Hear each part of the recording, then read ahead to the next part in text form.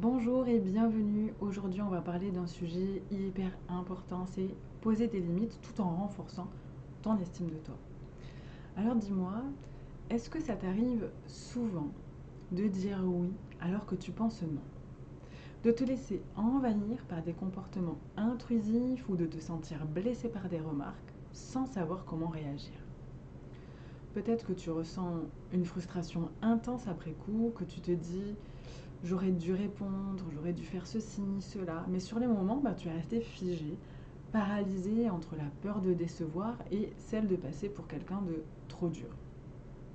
Et si je te disais que poser des limites, ça n'a rien d'égoïste, que c'est même la plus grande preuve d'amour que tu peux te donner. Aujourd'hui, ce qu'on va faire, c'est qu'on va avancer ensemble dans ce sujet. Je vais te partager pourquoi est-ce que c'est difficile pour toi de poser des limites et aussi comment ça vient affecter ton estime de toi, puis des étapes concrètes pour arriver à poser tes limites sans culpabilité. Alors installe-toi, prends un crayon, un papier, une tasse de thé, on y va. Poser des limites, c'est comme dessiner un cercle autour de toi. Ce cercle, c'est ton espace vital, ton énergie, ton équilibre. Quand tu ne poses pas de limites, tu laisses les autres empiéter sur ce cercle. Résultat, tu te sens épuisé, frustré, voire en colère. Et cette colère, souvent, tu la retournes contre toi-même. Tu te dis, pourquoi je n'arrive pas à dire non? Pourquoi est-ce que je laisse faire ça? Comment est-ce que j'ai pu laisser un tel faire ceci? Et c'est là que ton estime de soi entre en jeu parce que chaque fois que tu laisses quelqu'un franchir une de tes limites, ton cerveau, lui, il envoie ce message à ton inconscient. Mes besoins ne comptent pas, je ne mérite pas d'être accepté, d'être respecté, pardon. La bonne nouvelle, c'est que l'inverse est aussi vrai. Chaque fois que tu poses une limite, même petite, tu envoies un message puissant à toi-même. Je me respecte. Je mérite d'être écouté. Et c'est de cette manière que, pas à pas, tu vas renforcer ton estime de toi. Donc je vais te donner un exemple. Une cliente que j'ai accompagnée, Camille, elle me disait j'ose jamais dire non, surtout à mes proches. J'ai peur qu'ils pensent que je ne les aime pas. En réalité, Camille, donc après exploration de sa situation, elle portait cette peur de déplaire depuis l'enfance. Elle a appris à s'effacer pour éviter les conflits. Alors en travaillant ensemble, elle a compris que dire non, ce n'est pas rejeter l'autre, c'est se choisir soi. Si poser des limites était facile, tu le ferais déjà. C'est pas une question de volonté, c'est vraiment une question de blocage inconscient. Il va y avoir par exemple la peur du rejet. Tu as peur de dire non parce que tu as peur que l'autre s'éloigne, qu'il t'aime moins, et cette peur, elle est souvent liée à une blessure d'abandon ou de rejet que tu as vécu dans le passé. Tu as aussi la peur d'être jugé. Tu as peur que l'on te trouve égoïste, froide, insensible. Et en réalité, ce jugement, il vient souvent de toi-même. Il y a aussi des croyances que ta valeur, elle dépend de ce que tu donnes. Tu penses que pour être aimé ou accepté, tu dois tout donner, même au détriment de toi-même. Et c'est là que c'est grave. Ces blocages, ils ne disparaissent pas du jour au lendemain, c'est vraiment en les reconnaissant, en prenant conscience que tu fais déjà un premier pas vers la libération. Donc je te propose de faire un petit exercice, tu vas prendre une feuille et la diviser en deux colonnes. Dans la première, tu écris une situation récente où tu as eu du mal à poser une limite. Et dans la deuxième, tu notes la peur ou la croyance qui t'a empêché de dire non. Puis tu vas observer cette liste et remarquer quelles sont les peurs qui reviennent souvent. Et rien qu'en les identifiant, tu vas commencer à récupérer un peu de ton pouvoir personnel. Maintenant que tu as identifié pourquoi poser des limites est si difficile et que tu as reconnu les blocages qui t'empêchent d'agir, tu peux passer à l'étape suivante, c'est apprendre à poser des limites avec assurance et sans culpabilité. Je sais que c'est pas facile. Et je veux que tu imagines une chose et que tu te poses cette question.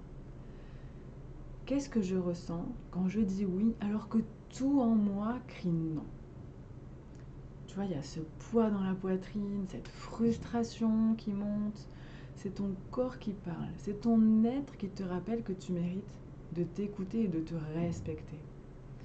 Et tu ne peux pas poser des limites si tu ne sais pas où est-ce qu'elles se trouvent. Donc, Souvent, ce qu'on fait, c'est qu'on agit dans l'urgence en réagissant à une situation et on se rend compte après coup qu'on aurait voulu dire ou faire autrement. Donc, pour poser des limites avec assurance, il faut d'abord savoir ce qui est acceptable, tolérable pour toi. Et ça, c'est vraiment un travail de réflexion.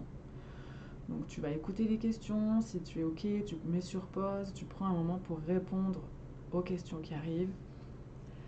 Quel comportement ou situation me mettent mal à l'aise? Quel type de demandes me font ressentir de la pression ou de l'épuisement? Où est-ce que j'ai tendance à dépasser mes propres limites pour satisfaire les autres?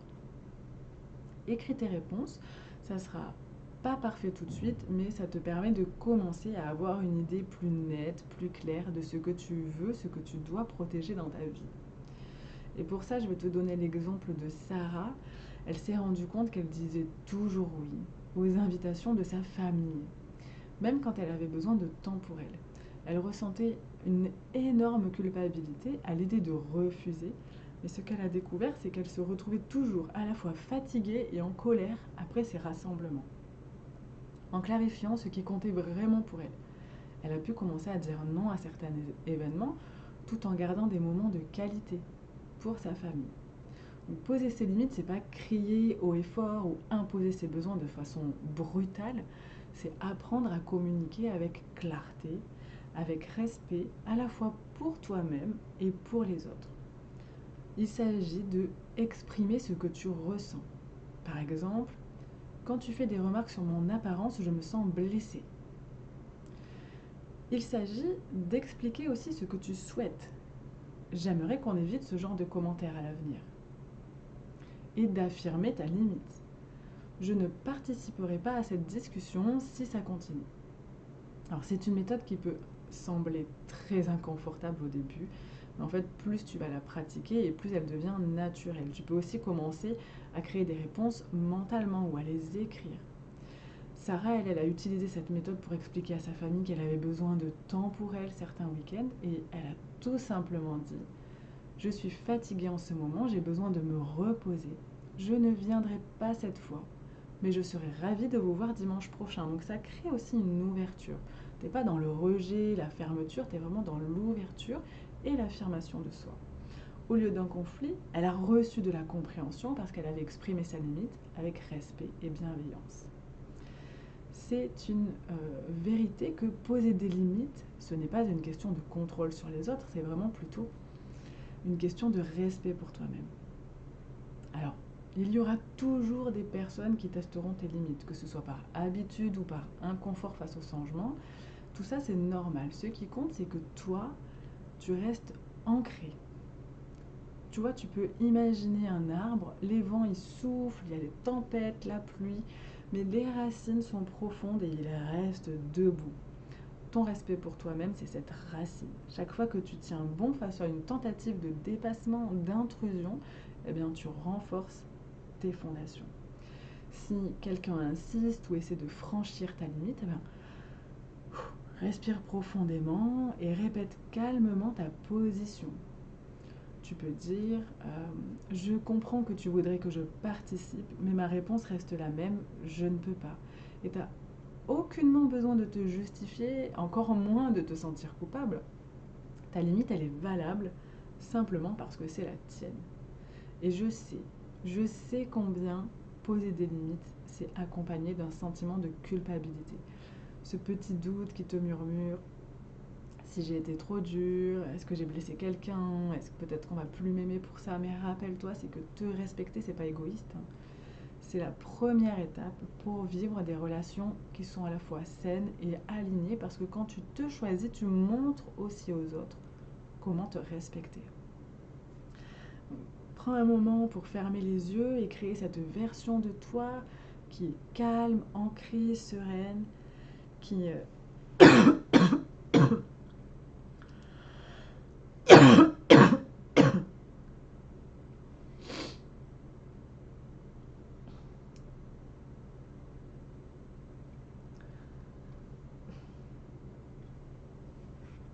prends un moment quand tu voudras pour fermer les yeux Et imaginez cette version de toi qui pose des limites avec douceur et fermeté, qui est calme, sereine, qui est totalement OK avec elle-même et ressent la légèreté que ça apporte de vivre en harmonie avec tes besoins. Ce sentiment, c'est vraiment une boussole. J'ai accompagné une femme qui, toute sa vie, elle a vécu dans la peur de décevoir. Et elle me disait souvent, je veux pas blesser les autres. Mais à force de s'oublier, elle avait perdu ce lien avec elle-même. Et en apprenant à poser des limites, elle a redécouvert sa voix, elle a repris confiance en elle. Et aujourd'hui, elle me dit, je suis encore plus présente pour les autres parce que je suis plus présente pour moi-même. Poser des limites, c'est vraiment un acte d'amour pour toi-même. C'est pas facile. Mais chaque petit pas que tu vas faire, ça a de l'importance. Chaque limite que tu vas poser, ça envoie un message à toi-même et aussi aux autres. Et c'est un message de respect, de valeur et de confiance. Alors dis-moi, quelle est la première limite que tu vas poser cette semaine? Dis-le moi en commentaire. Et si tu veux aller encore plus loin, je suis là pour t'accompagner. Tu peux aller voir dans la description mon programme Reconstruire l'estime de soi. Tu peux aussi réserver une séance découverte totalement gratuite. Le lien est aussi dans la description. Tu mérites d'être respecté, d'être écouté et de te choisir. Et je sais que c'est pas facile, mais chaque pas que tu fais dans cette direction renforce ton estime de toi et te rapproche de cette vie alignée avec tes valeurs. Je te remercie de m'avoir écouté. N'hésite pas à me poser tes questions ou à me dire quelle est la prochaine limite que tu vas poser dans ta vie dans les commentaires. On se retrouve bientôt. Prends soin de toi.